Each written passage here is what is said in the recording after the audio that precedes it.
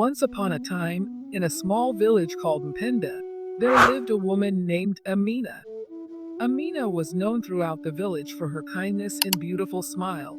She was married to a man named Kofi, who was a strong and respected hunter in the village. Every morning, Kofi would wake up early, take his spear and bow, and head into the forest to hunt for food. He always brought back plenty of meat, and the villagers were grateful for his skill. Amina loved Kofi dearly and took great pride in his bravery and strength. One day, while Kofi was out hunting, Amina decided to clean their small, cozy hut. As she was sweeping the floor, she noticed a loose plank under their bed. Curious, she lifted the plank and discovered a small wooden box hidden beneath it. The box was old and dusty, with intricate carvings on its surface. Amina's heart raced with excitement and curiosity. She wondered what secrets the box might hold. Carefully, she opened the box and found an old, yellowed piece of paper inside. The paper was folded neatly, and as Amina unfolded it, she saw that it was a letter. The letter was written in Kofi's handwriting. As Amina began to read, her eyes widened in shock. The letter spoke of a time long ago when Kofi had been involved in something terrible. It revealed that Kofi had once been part of a group of thieves who stole from neighboring villages.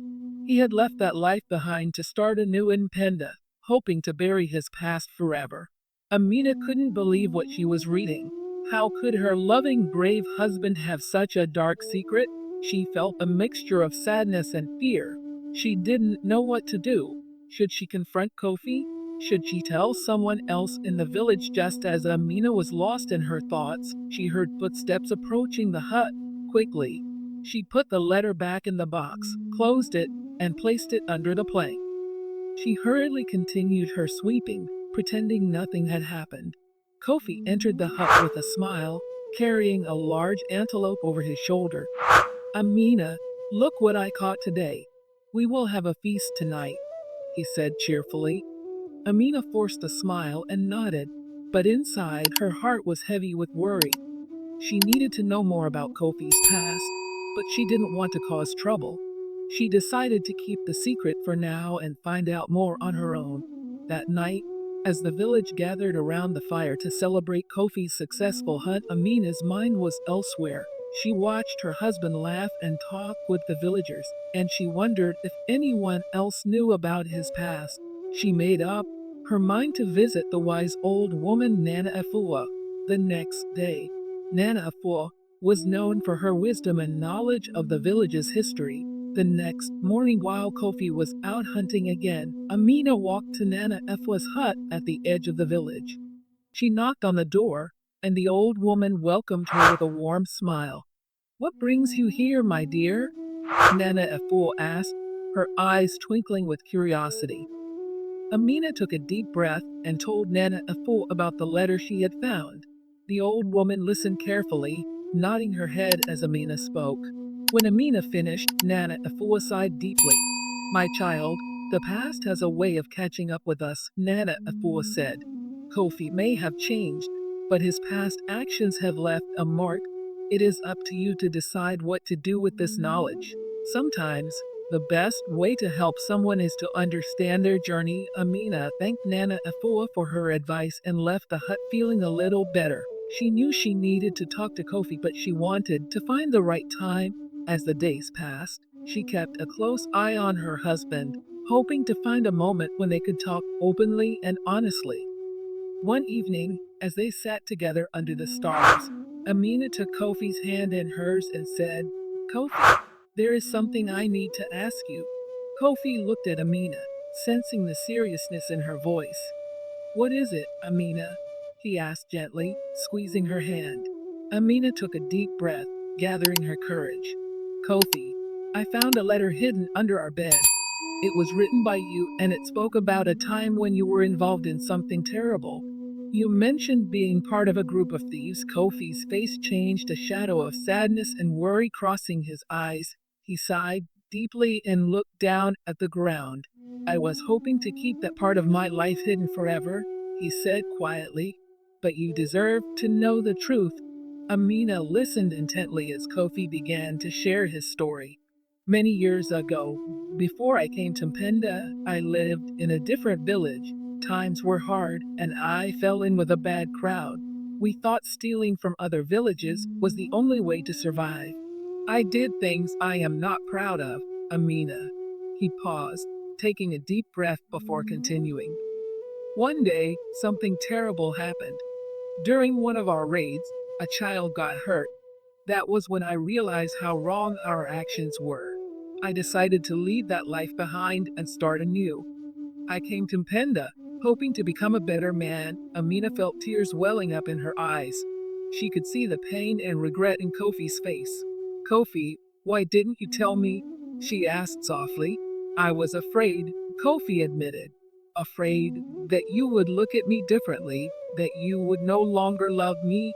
I wanted to protect you from my past. Amina reached out and touched Kofi's cheek, wiping away a tear. Kofi, I love you. And I can see that you have changed. But you can't hide your past from me. We need to face it together. Kofi nodded, grateful for Amina's understanding. Thank you, Amina. You are right. We must face it together. As the days went by, Amina and Kofi grew closer. Their bond strengthened by the truth they now shared. But Amina knew there was more to uncover. She wanted to know if anyone else in the village was aware of Kofi's past, and if there were others from his old life who might pose a danger to their peaceful village. One afternoon, while Kofi was out hunting, Amina decided to visit another wise elder in the village, an old man named Baba Tunde.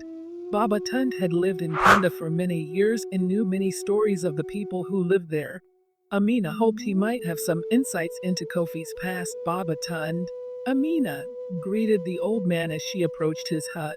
I need to ask you something important about Kofi. The old man looked up from his weaving and motioned for Amina to sit beside him. What is it? My child, he asked kindly.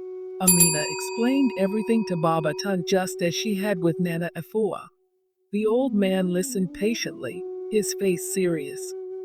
When she finished, Baba Tunde stroked his beard thoughtfully. Kofi has indeed changed since he came to Mpenda, Baba Tunde said slowly. But the past has a way of lingering, like shadows in the forest. There are rumors that some of the men he once knew are still out there, causing trouble in distant villages. It is wise to be cautious. Amina nodded, understanding the gravity of Baba Tunde's words. Thank you, Baba Tunde. I will be careful. As Amina walked back to her hut, her mind was filled with worry. She needed to protect her family and her village. She decided to talk to Kofi that evening and make a plan together.